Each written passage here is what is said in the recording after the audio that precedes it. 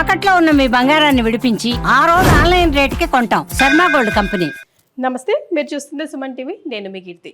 ద్వాదశ రాశుల్లో భాగంగా ఏప్రిల్ 16 నుంచి 30 తారీఖు వరకు ఎలా ఉండబోతోంది తెలియజేయడానికి మనతో పాటు ప్రముఖ ఆస్ట్రాలజర్ బ్రహ్మశ్రీ నందిబట్ల శ్రీహరి శర్మ గురుగారు ఉన్నారు. నమస్తే గురుగారు. వాగర్థ విభ సంపృక్తౌ వాగర్థ ప్రతిపత్తయే జగతః పితరౌ వందే పార్వతీ పరమేశ్వరౌ ఆదిత్యాయ చ సోమాయ మంగళాయ బుధాయ చ గురు శుక్ర శనిభ్యశ్చ రాహవే కేతవే నమః.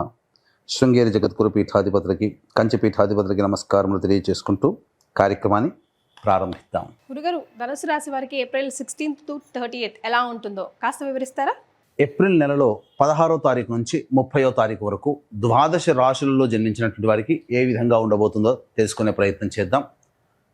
ముందుగా గమనించాల్సినటువంటిది, వీక్షించేటువంటి సుమన్ టీవీ ప్రేక్షకులు గమనించాల్సినటువంటి అంశం ఏంటంటే, చాలామంది కామెంట్స్ రూపంలో తెలియజేస్తున్నారు, చెప్పినవి కొన్ని జరుగుతున్నాయి, కొన్ని జరగట్లేవు, కారణం ఏంటి అని చెప్పి. ప్రధానంగా శాస్త్రాన్ని అనుసరించి ఎప్పుడైనా మనం వెళ్ళాలి కాబట్టి రాశి మరియు లగ్నము రెండూ ప్రధానమే. కాబట్టి ఇక్కడ ఈ యొక్క సందేహాలకన్నిటికీ కూడాను నివృత్తి చేస్తూ ఇప్పుడు క్లియర్ కట్గా ఇంకా లోతైనటువంటి విషయ పరిజ్ఞానాన్ని ప్రేక్షకులకు అందించాలనేటువంటి సదుద్దేశంతో మనం ముందుకు వెళదాం. ముఖ్యంగా అందరికీ కూడా గుర్తుపెట్టుకోండి, జన్మ లగ్నం అని ఉంటుంది, జన్మ నక్షత్రాన్ని బట్టి రాశి ఉంటుంది. కొంతమందికి date of birth, time, place తెలియవు. కాబట్టి పేరులో మొదటి అక్షరం ఏది ఉంటుందో దానిని బేస్ చేసుకొని ఆ రాశిని మనం చూసుకోవాలి. అయితే నామ నక్షత్రంలో కూడా చాలామంది పొరపాటు పడుతున్నారు. కాబట్టి ఇక్కడ వాటికి సంబంధించినటువంటిది, ఉదాహరణకి శ్రీనివాస్ అనే పేరుందనుకోండి, ఏం చూస్తున్నారు? కుంభరాశి చూస్తున్నారు, కాదు, తులారాశి చూసుకోవాలి. ఇలా కాబట్టి ఎవరైనా కానీ జన్మించిన లగ్నాన్ని ఆధారంగా చేసుకొని మొట్టమొదటిగా మనం చూసుకోవాలి. జన్మ లగ్నం తెలియని వాళ్ళు కనీసం రాశి నుంచి చూసుకోవాలి. ఈ జన్మలగ్నము రాశి రెండూ తెలియనటువంటి వాళ్ళు నామ నక్షత్రం మీదుగా చూసుకోవాలనేటువంటిది విషయాన్ని ప్రేక్షకులకు తెలియజేస్తున్నాను.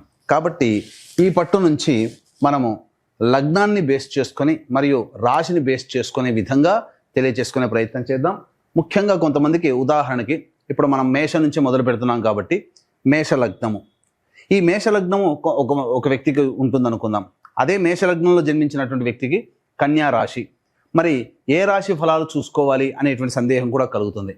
కాబట్టి ఇక్కడ నివృత్తి చూస్తూ మొట్టమొదటిగా లగ్నమే ప్రధానం కాబట్టి ఎవరు ఏ లగ్నంలో జన్మించారో ఆ లగ్నాన్ని బేస్ చేసుకునే పరిహారాలు చూసుకుంటే మీకు ఖచ్చితంగా అన్నీ సరిపోతాయి. అది గుర్తుపెట్టుకోండి. లగ్నం తెలియని వాళ్ళు అప్పుడు రాశి చూసుకోవాలి. అంటే ఒకరిది మేషలగ్నం అయి ఉండి కన్యా రాశి అయితే లగ్నాన్ని మేషలగ్నంగానే ప్రధానంగా చూసుకొని ఫలితాలు బేరీజు వేసుకోవాలి. లేదు కన్యా రాశి అనుకున్నప్పుడు లగ్నం తెలియనప్పుడు కన్యా రాశి నుంచి చూసుకుంటే 40% వరకు మ్యాచ్ అవుతాయి. లగ్నం నుంచి చూసుకుంటే 60 to 70% వరకు మనం చెప్పేటువంటి విషయాలు మ్యాచ్ అవుతాయనేటువంటి విషయాన్ని గమనించుకోగల ప్రార్థన. ఇక వివరాల్లోకి వెళ్ళినట్లయితే ప్రధానంగా ఈ యొక్క 12 రాశుల్లో జన్మించినటువంటి వారికి ఏ విధంగా ఉండబోతుందో తెలుసుకునే ముందు గ్రహ సంచారం తెలుసుకుందాం. మేషంలో రవి మరియు వృషభంలో గురువు, కర్కాటకంలో కుజువు, కన్యలో కేతువు, అలాగే మీనంలో బుధ, శుక్ర, శని, రాహు గ్రహాలు. కాబట్టి చాతుర్గ్రహ కూటమి 30వ తారీఖు వరకు కూడా ఉండబోతుంది అనే విషయాన్ని గుర్తుపెట్టుకోవాలి. ద్వాదశ రాశులు లేదా ద్వాదశ లగ్నాలలో భాగంగా ఏప్రిల్ 16వ తారీఖు నుంచి 30వ తారీఖు వరకు ధనుస్సు లగ్నము లేదా ధనుస్సు రాశిలో జన్మించినటువంటి వారికి ఏ విధంగా ఉండబోతుందో తెలుసుకునే ప్రయత్నం చేద్దాం. ముఖ్యంగా ఈ యొక్క గ్రహస్థితి ప్రభావం వలన ఈ యొక్క ధనుస్సు లగ్నం లేదా ధనుస్సు రాశిలో జన్మించినటువంటి వారికి అర్ధాష్టమ శని దోష ప్రభావం ప్రారంభమైంది. అలాగే గురువు అనుకూలంగా లేడు. అష్టమంలో కుజుని యొక్క స్తంభన, దశమంలో కేతువు. ఒక రకంగా చెప్పాల్సినటువంటి విషయం వచ్చినట్టయితే ఎండాకాలంలో చలి, వాన, ఎండ ఒకే సమయంలో వస్తే ఎలా ఉంటుంది అంటే ఒక క్లమ్జీ వాతావరణంలాగా, గజిబిజిలాగా అనిపిస్తుంది. అలాంటి పరిస్థితి ముఖ్యంగా ఈ ధనుర్లగ్నము లేదా ధనుస్సు రాశిలో జన్మించినటువంటి వారు పొందబోతున్నారు. కాబట్టి ఒక అయోమయమైనటువంటి పరిస్థితి. గ్రహాలు చూస్తే అనుకూలంగా లేవు, దేవతా అనుగ్రహం కూడా లేకపోవడం. ఈ కారణం చేస్తున్నటువంటి వృత్తి ఉద్యోగాల్లో మార్పు కోరుకుంటారు, కానీ ఆ మార్పు మాత్రము సరైనది కాదు. కాబట్టి జాగ్రత్తలు పాటించండి. ఉద్యోగంలో ఒత్తిళ్లు ఉంటాయి, కరెక్ట్. వ్యాపారంలో చికాకులు సమస్యలు ఉంటాయి, కరెక్ట్. వృత్తుల్లో ఎదుగుదల ఉండదు, అయినా ధనము పరంగా ఇబ్బందులు ఉంటాయి, కరెక్ట్. గ్రహాలు కూడా అనుకూలంగా లేవు, కరెక్ట్. మరి ఇన్ని సమస్యలతో ఉన్నప్పుడు ఎలా? ఒక్కటే పరిష్కారం ఏంటంటే ఆత్మవిశ్వాసంతో ముందడుగు వేసే ప్రయత్నం చేయండి. ఇప్పుడు సమయం అనుకూలంగా లేని కారణం చేత కొత్త ప్రయత్నాల జోలికి వెళ్లకుండా ఉన్న వాటితో సరిపుచ్చుకునే ప్రయత్నం చేయండి. ఎక్కడ తగ్గాలో నేర్చుకునే ప్రయత్నం చేయండి. అన్ని విధాలుగా తగ్గి ఉండి ప్రయత్నం చేస్తూ లౌక్యంతో కాలం వెళ్ళబుచ్చుకోండి. ఇప్పుడు మీకు అనుకూలంగా లేనంత మాత్రాన మీరు ఓడిపోయినట్టు కాదు. గుర్తుంచుకోండి మిత్రులారా, మీకు ఓడిపోయినట్టు కాదు. ఎంతటి వాడైనా రావణాసురుడైనా కానీ కాలానికి తల వంచాడు, కానీ కాలానికి ఎదురీగలేదు. కాబట్టి కాలానికి ఎదురీగితే ఏం జరిగిందో వాళ్ళ జీవితంలో తెలుసుకోవచ్చు. రాముడంతటి వాడు కాలం సరిగ్గా లేనప్పుడు వనవాస బాట పట్టలేదా? పాండవులు వనవాస బాట పట్టలేదా? కానీ కాలానికి ఎదురిగినటువంటి వాళ్ళందరూ కూడా ఎలాంటి కాలగర్భంలో కలిసిపోయారు. అటువంటి పరిస్థితి ఈ ధనుర్లగ్నము లేదా ధనుస్సు రాశిలో జన్మించినటువంటి వాళ్ళకి రాకూడదు అని అంటే కాలానికి ఎదురీగడం కంటే కాలంతో కలిసి వెళ్ళండి. స్వాగతించండి సమస్యల్ని. ఇబ్బంది ఏమీ లేదు, పిడిగేం పడట్లేదు. మన ముందు పిడుగుపడ్డా మనం బ్రతకడానికి మనకు దైవానుగ్రహం ఇచ్చాడా లేదా సంతోషంగా ఉండండి. అదొక్కటే ఈ ధనుస్సు రాశి ధనుర్లగ్నంలో ఉన్నవాళ్ళు నేర్చుకోవలసినటువంటి పాఠం. కాబట్టి అన్నిటినీ విజయం వచ్చినప్పుడు ఎంత పొంగిపోయామో అపజయం వచ్చినప్పుడు వాటిని స్వాగతించే ప్రయత్నం చేయండి. నిర్మలమైన మనస్సుతో ఉండండి. ఆత్మవిశ్వాసంతో ముందడుగు వేయండి. దైవానుగ్రహాన్ని పొందే ప్రయత్నం చేయండి. ఎందుకంటే దైవకారక గ్రహం అనుకూలంగా లేదు. కానీ కొద్దిలో కొద్దీ ఏంటనంటే మీ కుటుంబ సభ్యుల యొక్క సహాయ సహకారాలు మీకుంటున్నాయి. తద్వారా ఎన్ని సమస్యలు వచ్చినా వారి అండతో మీరు బయటికి వస్తారు. అప్పటి వరకు మీరు గమనించి ఉంటే సంతోషంలో ఉన్నప్పుడు మీ కుటుంబ సభ్యులు మిమ్మల్ని ప్రోత్సహించకపోయినా సమస్యల్లో ఉన్నప్పుడు మేమున్నామురా అంటూ మీ వాళ్ళు మీ ముందుకు వచ్చినప్పుడు అప్పుడు మీకు తెలుస్తుంది కుటుంబ సభ్యుల విలువ. అంటే ఇప్పటి వరకు కుటుంబ సభ్యుల విలువ తెలియదని కాదు, ఇంత సమస్యల్లో ఉన్న నా వాళ్ళు నాకున్నారనే ధైర్యం ఉంటుంది చూడండి, అది మిమ్మల్ని నడిపిస్తుంది. కాబట్టి ఆ విధంగా ప్రయత్నం చేయండి. ఎందుకనంటే ఏమాత్రం కూడా ధనుర్లగ్నము లేదా ధనుస్సు రాశి వాళ్ళకి అనుకూలంగా లేదండి. దైవానుగ్రహం పొందే ప్రయత్నం చేయండి. ఇట్టి దైవానుగ్రహం అందరికీ అందించాలనేటువంటి ఒక సదుద్దేశము తరచూ మన ప్రయత్నాల్లో ఉంటాయి. అందుకనే ఎప్పుడు కూడా మంచి మంచి కార్యక్రమాలు చేయించడం జరుగుతుంది.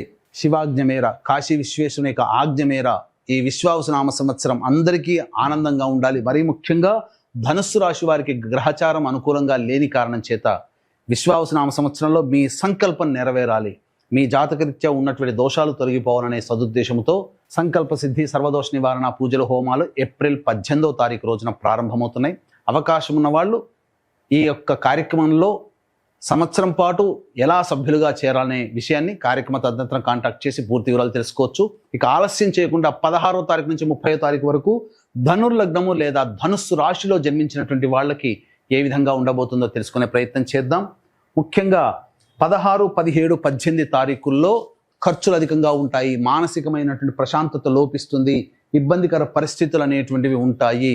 దేవత సందర్శనం చేయడం ద్వారా అనగా దేవాలయ సందర్శనం చేయడం ద్వారా సమస్యల నుంచి బయటపడవచ్చని చెప్పవచ్చు. ఇక 19, 20 తారీఖుల్లో పెండింగ్లో ఉన్నటువంటి పనులు పూర్తి చేసుకుంటారు. కుటుంబ సభ్యులతో మిత్రులతో విందులు వినోదాల్లో ఆనందంగా గడుపుతారు. ఒక బాధ్యతని కంప్లీట్ చేసుకున్నామనే సంతోషంతో జీవిస్తారు.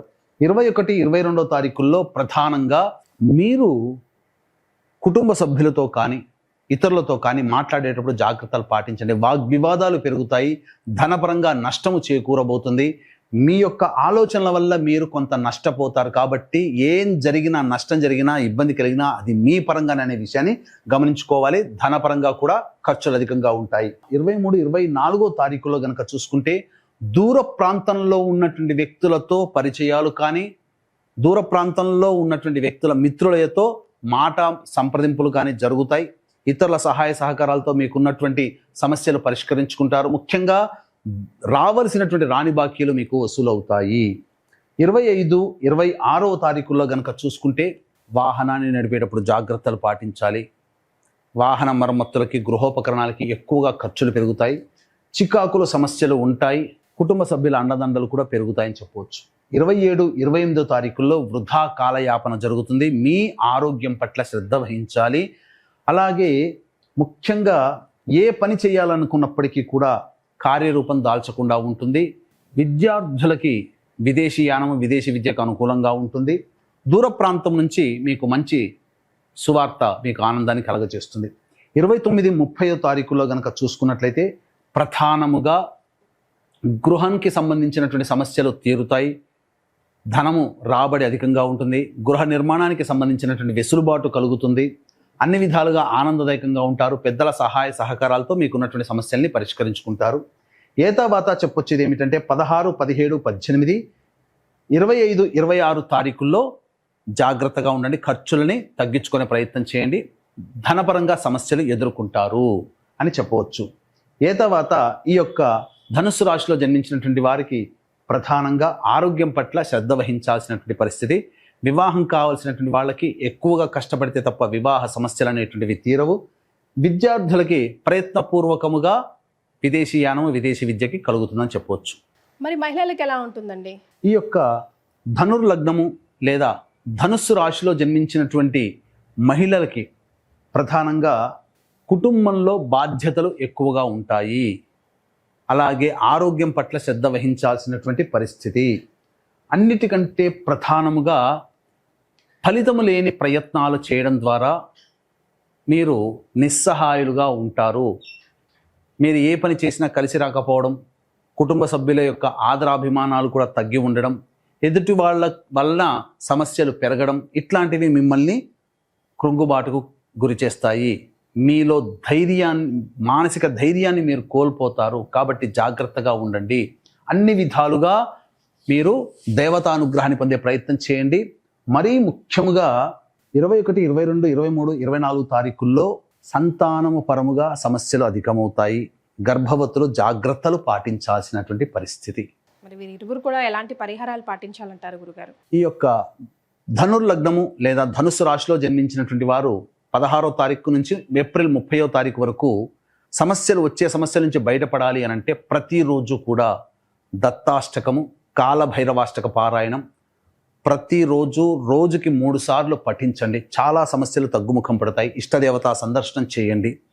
అలాగే ఈ సంవత్సరం అంతా కూడా గ్రహచారం ధనుస్సు రాశి వారికి అనుకూలంగా లేని కారణం చేత దేవతానుగ్రహం తప్పనిసరి.